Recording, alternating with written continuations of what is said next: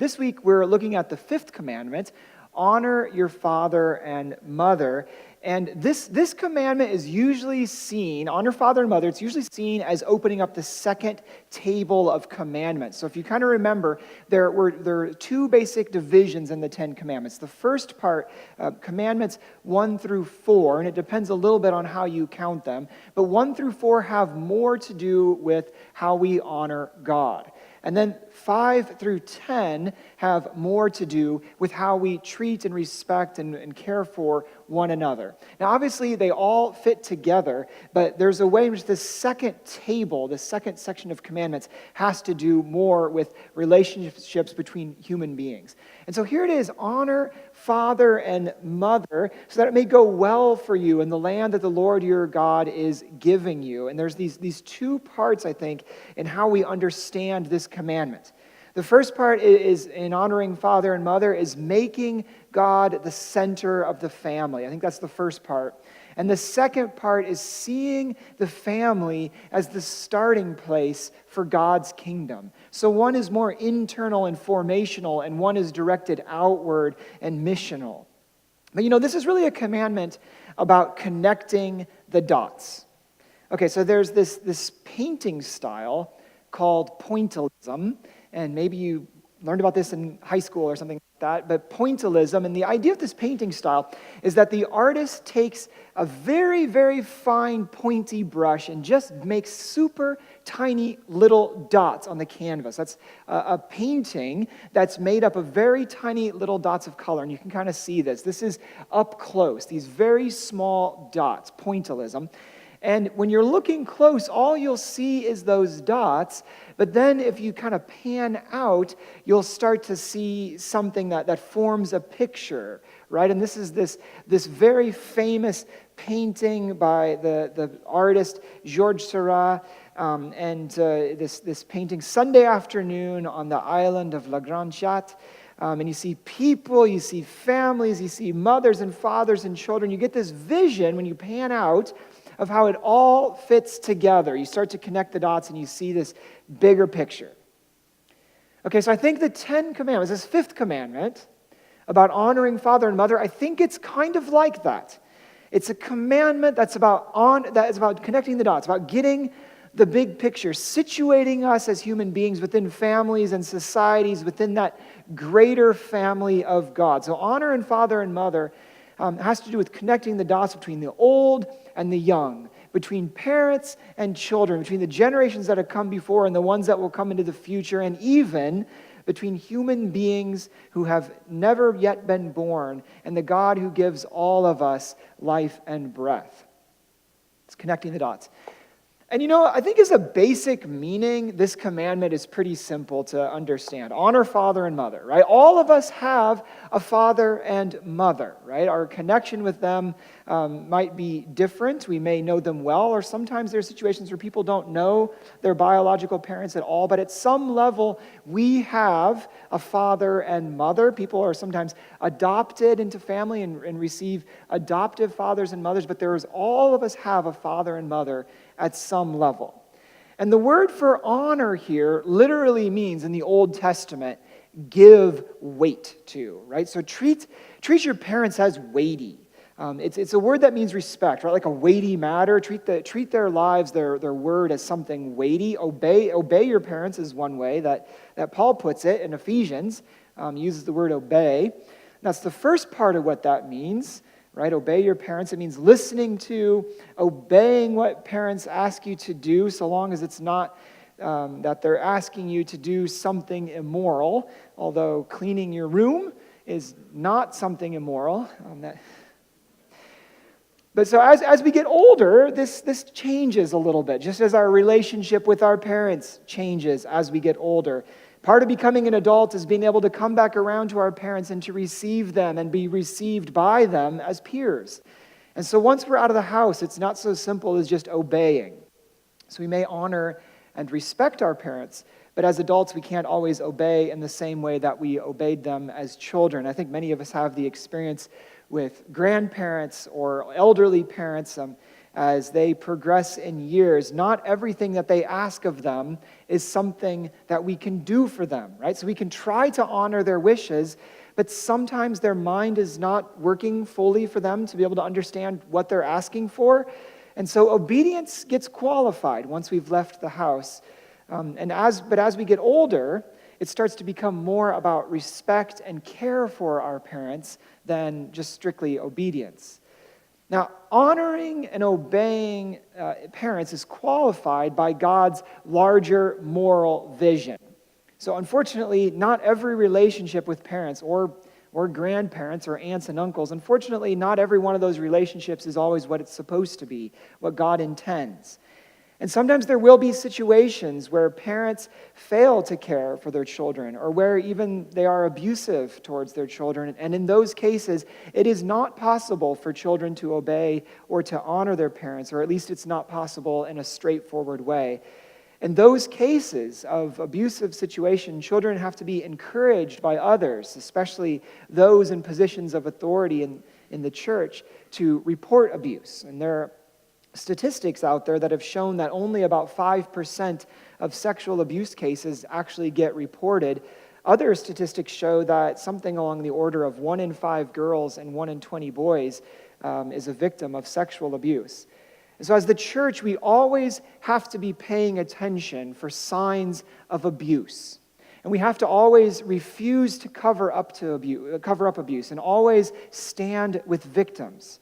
And in those cases, honoring and obeying fathers and mothers, that is placed in parentheses by the greater love for neighbor that we have and not placing any stumbling block before these little ones. And so in abusive situations, truly honoring our Heavenly Father means that sometimes we cannot honor our earthly father and mother. But the other piece of this, of honoring father and mother, is that it's not just something for biological parents. You see, one of the ways that this commandment connects the dots between the other commandments is that it places us within this whole chain of human life. So one generation gives birth to the next generation. We're connected to one another, not least through our parents. And that connection ultimately goes all the way back to God, who is the giver of life. And so there's a way in which honoring father and mother is not just about our parents, but about how we honor all elders. So think of the story of Ruth in the Bible. Ruth's parents were not on the scene. Her husband was dead, and so was her father-in-law. It was just Ruth and Naomi. Naomi is Ruth's mother-in-law. And Ruth committed herself to caring for Naomi. Where you go, I shall go. Where you dwell, I shall dwell. Remember that? And, even when Ruth, some things start to go her way, and she marries Boaz, and she begins this new family and this new life, even at that point, she does not abandon Naomi, but she continues to care for her. And so this commandment of honoring father and mother, I think that's kind of what she was living out. It is something that extends to care and respect for all elders. Now, in biblical times, just as now, the elderly can so easily slip through the cracks. There are places in the Bible that list the elderly alongside other folks who are often on the margins, widows, orphans, and migrants. And there are people in the Old Testament that are often clustered together, and they're people that deserve our special attention because in the case of the elderly in their old age, there's always that risk that there will be no one there to help them, that they won't be able to take care of themselves. And it's pretty much a guarantee for all of us at some point we're going to need help. We're going to have to rely on a younger generation to help us, just as we provide that help to the older generation. And so this is also a command that the church has long understood to not only apply to elders, but to extend to anyone who exercises authority. So it's about respecting and obeying police officers, others in charge with enforcing the law, insofar as what they're asking us doesn't conflict with moral laws or our commitment to God. And you see examples of where sometimes that conflicts in the New Testament. And people like, for example, in Acts chapter 4, Peter, they have to choose to follow God rather than to follow human authority. But in general, this extends to a basic respect towards those who are placed in authority. But listen, this is not going to be much of a sermon. This will not be that interesting if all I'm saying is we got to just respect and obey our parents and authorities. I think there's more to the heart of this. When we get down to it, I think it unfolds into a deeper reality. So I think that honoring father and mother is first and foremost about making God the center of the family. And I think there's a reason that this commandment is listed in the Ten Commandments, right? It doesn't just read, honor those in authority. It's much more concrete. Honor father and mother.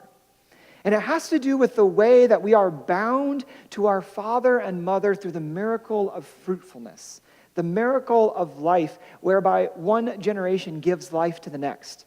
So we didn't choose to be born, and they didn't choose to have us. They may have wanted a baby, but they didn't know that they were going to get us, right? But here we are. Ta-da!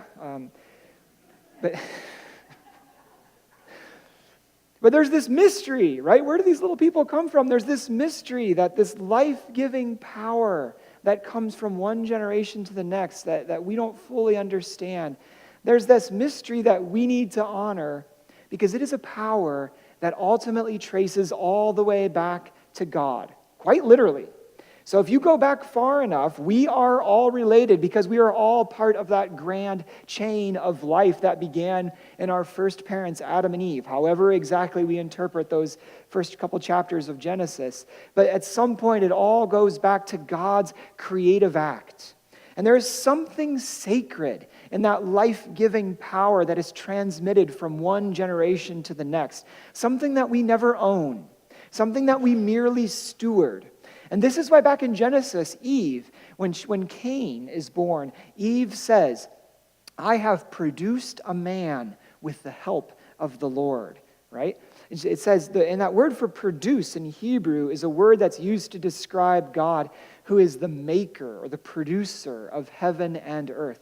And so from all the way back in Genesis, having a child is this kind of divine act. This act that channels God's creative, life-giving power. And that's a pretty big deal. And this is also why this commandment is right in the middle of the Ten Commandments. It plays this bridge role. When we honor father and mother, there's a way in which we are extending honor all the way back to God.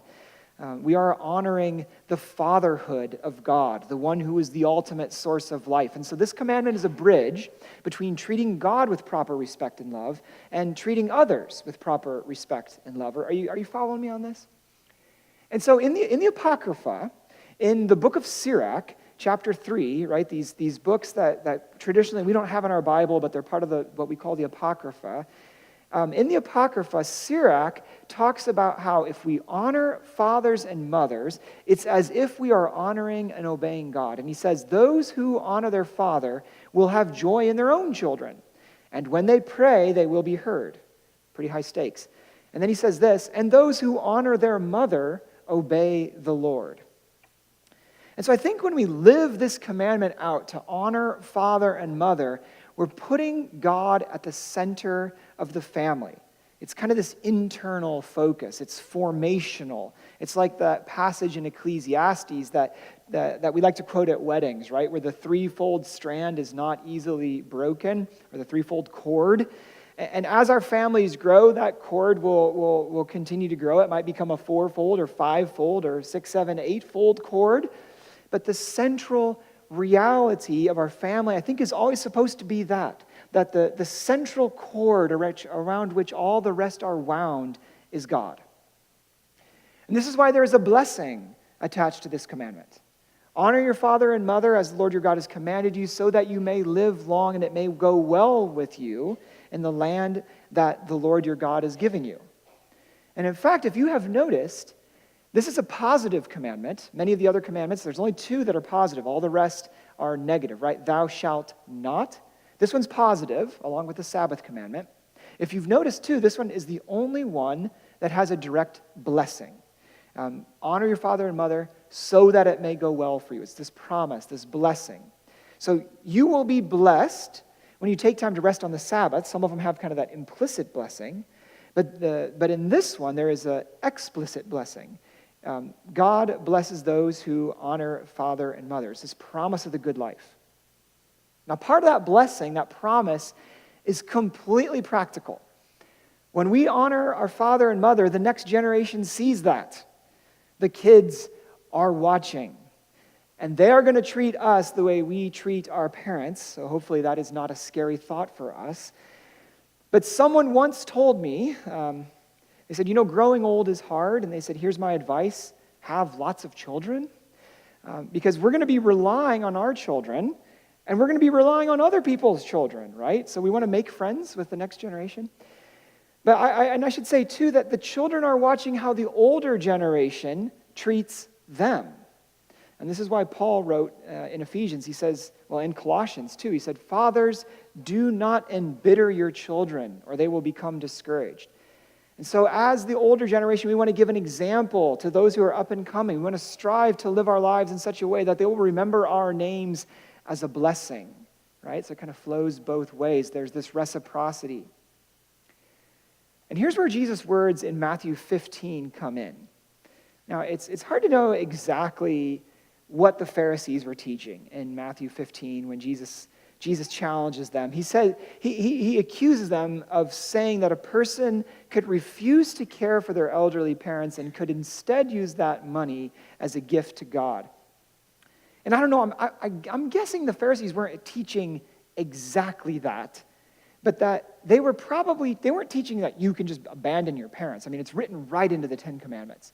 But probably what was going on is that the Pharisees were saying that it's so important to keep whatever vow we make to God. In the Old Testament, there are these vows that people make where they say, like Jacob does, say in Genesis 28, he says, if you protect me and guard my going out and my coming in, and if you lead me, I will come and I will worship you. It's this vow to the Lord. Sometimes there are vows that people would make in the Old Testament where they would promise that they would come and worship God, bring an offering, and that offering could be money. And so I think the Pharisees maybe are saying that offering is so sacred, so important, that it goes above even care for parents. And Jesus is saying, but wait a second, look how this plays out.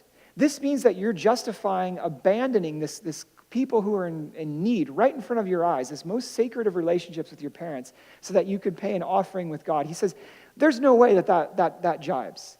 Jesus is saying those two don't fit. We have to be placing our heart where our minds and our lips are too. The way that we worship God has to do with how we care for other people. Jesus is saying those two things have to do with each other.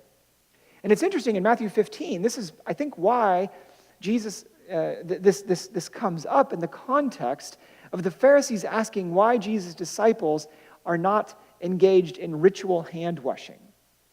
Now, Jesus does not teach that it's not good to wash your hands before you eat. I think that is a very good hygienic thing to do. Wash your hands before you eat. I recommend that to everyone. But just like your mom probably did.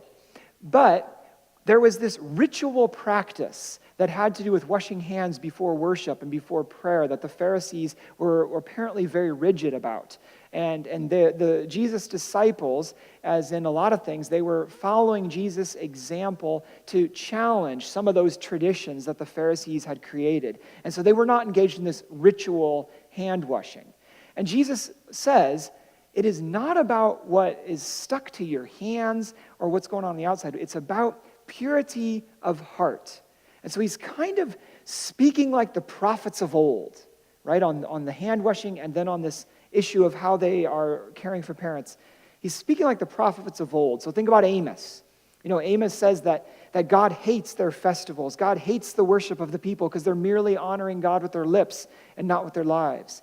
Or I think that's kind of like what's going on here. Jesus is saying that people are talking about honoring God. They're talking about making gifts to God.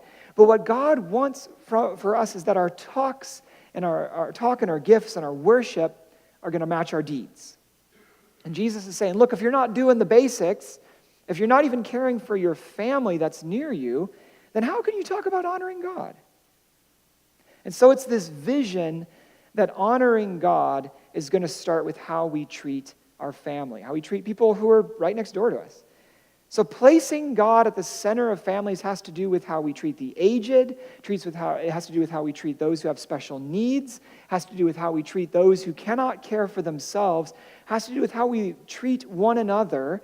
It's showing where our heart's at. And so in that way, to honor parents is to honor God. Now, placing God at the center, I think, also means seeing the family as the starting place of God's kingdom. Now, what I mean is that there's this external, missional dimension to the family. We got to connect the dots outward. So Paul talks about how when we are baptized, we become part of the family of God. So we don't just have earthly parents, we're also children of God. And this is why in the ancient church, and in some churches today, they speak of the family, and I really like this, they speak of the family as the ecclesia domestica, right? The ecclesia domestica, the house church, the domestic church. And what that means, ecclesia domestica, what that means is that the home is the first church. So think about that for a second. The home is the first church. What this means is that it is in the home where children are taught the faith. It's in the home where children learn to live according to the ways of Jesus. It's where children start to connect the dots, to see how it all fits together, that their first order of business is to follow Jesus, and that we as a family are committed to showing them how to do that. Right? That all starts in the home. When Jesus said that whoever loves father or mother more than him, or in Luke's language, whoever doesn't hate father and mother, when he said that, what he was telling us is that the family relationships, even the most intimate and sacred, are going to come second to loving and following him. And in fact, all of those relationships must be oriented towards following him. So honoring father and mother is a way that we honor God. And so it's the starting point of connecting the dots so that the family understands itself as being the starting place for the work of God's kingdom. It's in the family that we raise up children in the faith. It's in the family that we love and care for one another. It's in the family that we serve God together. Families have a mission. And what this means is that families can't just be about themselves. You see, the miracle of fruitfulness that I was talking about earlier, that miracle that creates biological human families, that gives birth to the next generation, that miracle of fruitfulness in a Christian family also gives birth to a whole other way of life.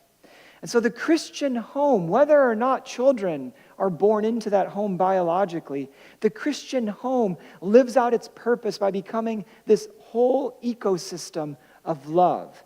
This place where other people's children find refuge. This place where singles find friendship and companionship. This place where elders are cared for, where the neighbor finds refuge, where we can serve Christ together. This whole way of life is birthed out of the family.